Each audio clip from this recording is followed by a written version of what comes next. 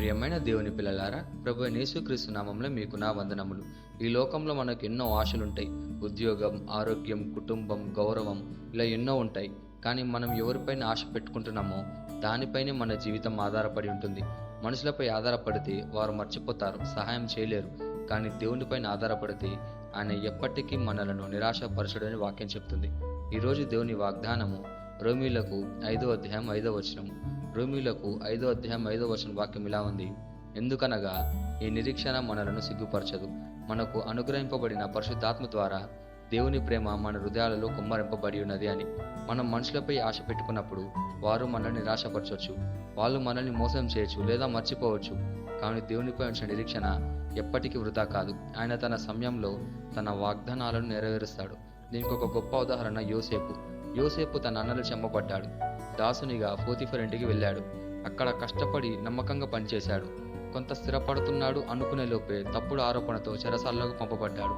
చెరసాలలోనూ విశ్వాసంగా జీవించాడు. అక్కడ ఒక పానదాయకునికి స్వప్నం అర్థం చెప్పి, నా గురించి రాజుకు చెప్పి నన్ను బయటకు తీసుకొని రాని అతనిపైన ఆశ పెట్టుకున్నాడు. కానీ ఆ మనిషి యోసేపును మర్చిపోయాడు. 2 సంవత్సరాలైనా ఇంకా బయటికి రాకపోవడంతో అతనికి ఆ ఆశ కూడా పోయింది. చివరికి యోసేపు దేవుని వైపు తిరిగి, దేవా, నువ్వు తప్ప నన్ను ఎవరు బయటకు తీయలేరు అని ప్రార్థించాడు. అప్పుడు దేవుడు ఫరోకి స్వప్నం కలగజేసి యోసేపుని పరిష్కారంగా నిలిపాడు. యోసేపు ఒక్క క్షణంలో జైలు నుండి సింహాసనానికి ఎత్తబడ్డాడు. ఈ ఉదాహరణను మనం ఏం నేర్చుకోవచ్చు అంటే, మనుషులపై పెట్టిన ఆశ వృధా అవుతుంది, కానీ దేవునిపై ఉంచిన ఆశ ఎన్నటికీ వృధా కాదు అని. అలాగే రెండోదిగా, దేవుని ప్రేమ మన హృదయంలో కుమ్మరింపబడి ఉన్నది అని. దేవుని ప్రేమ మనం సంపాదించేది కాదు, అది ఆయన కృప. కష్టకాలంలోనూ బాధల్లోనూ పడిపోకుండా నిలబెట్టేది ఆ ప్రేమే. పరిశుద్ధాత్మ ఆ ప్రేమను మనలో నింపి ప్రతి క్షణం మనకు ధైర్యాన్ని ఇస్తాడు. ఎలాంటి పరిస్థితి అయినా దేవుని మీద ఆధారపడేటట్లు ఈ ప్రేమ ద్వారా పరిశుద్ధాత్మ చేస్తాడు. దీనికి ఒక గొప్ప ఉదాహరణ హిజ్కియా. యూదా రాజ్యంపై శత్రువులు దాడి చేశారు. రాజ్యం మొత్తం భయాందోళనకు గురైంది. ప్రజలందరూ ఇప్పుడంతే మనం ఓడిపోతామని భయపడ్డారు. కానీ రాజైన హిజ్కియా దేవుని సన్నిధిలో కన్నీటితో దేవుని వేడుకున్నాడు. చివరి క్షణం వరకు ఆయన తన ఆశను మనుషులపైనో సైన్యాలపైన కాకుండా దేవునిపైనే ఉంచాడు. అందుకు దేవుడు తన సంహార దూతను పంపి ఒక్క రాత్రిలోనే శత్రువులను నాశనం చేశాడు. దేవుడు తన ప్రజలకు విజయాన్ని ఇచ్చాడు.